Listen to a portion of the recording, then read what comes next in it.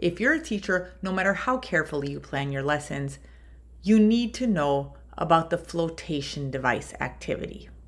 Just like a real flotation device on a real airplane, this is something you hope you'll never have to use, but you want it there just in case you need it.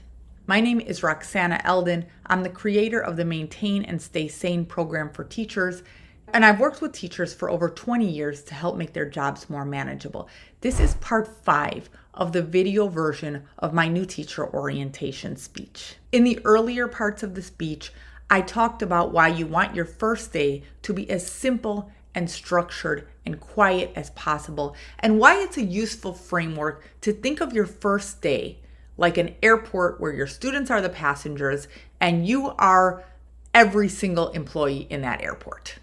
And so to stick with that analogy, on every airplane, under every seat, you will find a flotation device, which you certainly hope you won't have to use, but it's comforting to know it's there, and you definitely want it there if you need it. In the context of your first day of teaching, your flotation device is one very time-consuming backup activity that is not technically part of your lesson, but it is vaguely educational, and it will keep your kids busy just in case your lesson ends early.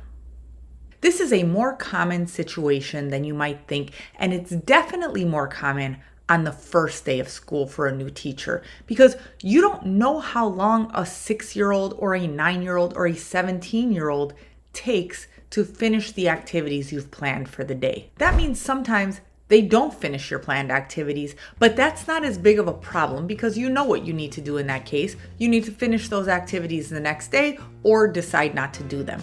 On the other hand, if your lesson ends early, 30 minutes of no lesson plan time for a new teacher feels like a week and a half in normal people time. So you need something for the kids to do for 30 minutes. And I realize that what I'm describing here sounds a lot like busy work. And it kind of is busy work.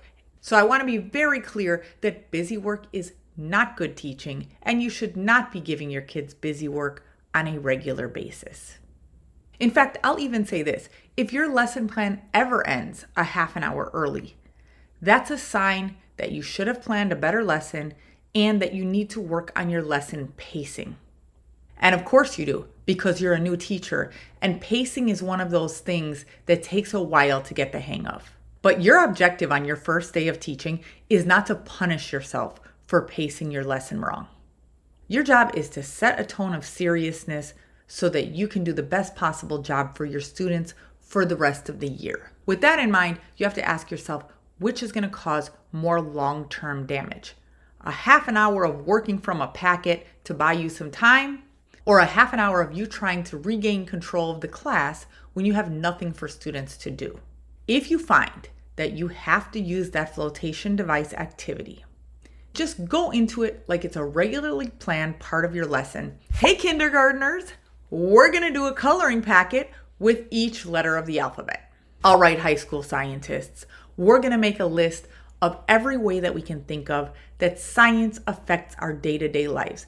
And whoever comes up with the longest list is going to get extra credit on their first quiz. Yeah! I have a list of possible flotation device activities, including things you can have in advance and things that you can do off the top of your head if you don't have time to plan them in advance. And you will find those included in my Sanity Saving School Year Starter Kit, which is a free email series that you can sign up for using the link in the description below this video. The goal of that series is to help you cut through the overwhelm and prepare for your first day of school. Now, if you don't have to use that flotation device, give yourself a pat on the back or a round of applause or jazz hands or whatever you want to do to congratulate yourself on a well-paced lesson on the very first day of school. Congratulations to you. That is a true accomplishment. But you know what? Hold on to those packets anyway, because you never know when you might need them. Your job this year is not to punish yourself every time you don't do something perfectly. Your job this year is to teach kids. That includes being ready for that moment when, for whatever reason, you are not at the top of your game, and that moment will come at some point this school year. In addition to preparing for things that you can't quite predict, there are a couple of unforced errors teachers tend to make on the first day of school that are a little more predictable, and you definitely want to avoid those. So we're going to talk about that in the next part of the speech, which you'll find in the next video. See you there.